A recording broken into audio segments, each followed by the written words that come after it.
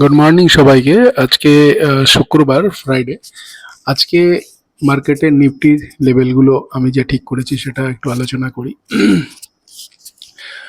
আজ যদি মার্কেট 24,190-এর ওপরে কিছুক্ষণ হোল্ড করে তো মার্কেট আজকে 24,261.60 যাওয়ার সম্ভাবনা আছে।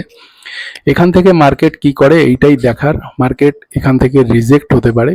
মার্কেট এখান থেকে যদি রিজেক্ট হয় তাহলে নিচের দিকে আসতে পারে, আর এটাকে যদি ব্রেকআউট করে উপরে হোল্ড করে তাহলে উপরে যাওয়ার চান্স থাকতে পারে।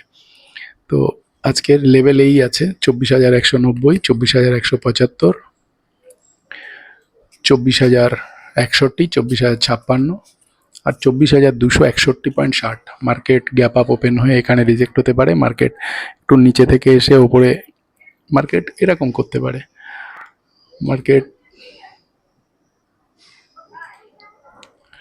এখান থেকে ওপেন হয়ে এরকম করে এরকম করে এরকম করে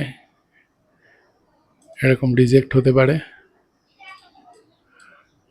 মার্কেট এরকম করতে পারে।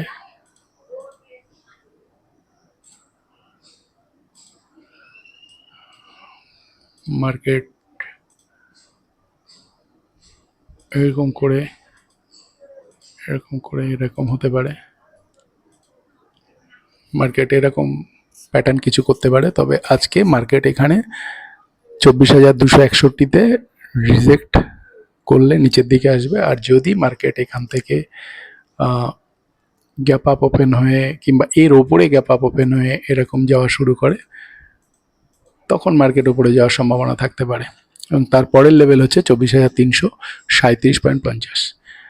তো এই সম্ভাবনার থেকেও আমার কাছে এই সম্ভাবনাগুলো বেশি লাগছে। মার্কেট 24,261-তে রিজেক্ট হতে পারে। তবে মার্কেট যদি 24,161-র উপরে ওপেনই হয় এবং তারপরে মার্কেট উপরের দিকে যায়, ব্রেকআউট না হয়, তাহলে 24,337 আজকে মার্কেটের লেভেল।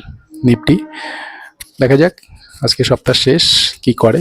এটা একটা এডুকেশন ভিডিও, কাউকে বাইসেল করার জন্য বলছি না, কিন্তু আমি যে লেভেল অ্যানালাইসিস করেছি সেটা আলোচনা করলাম।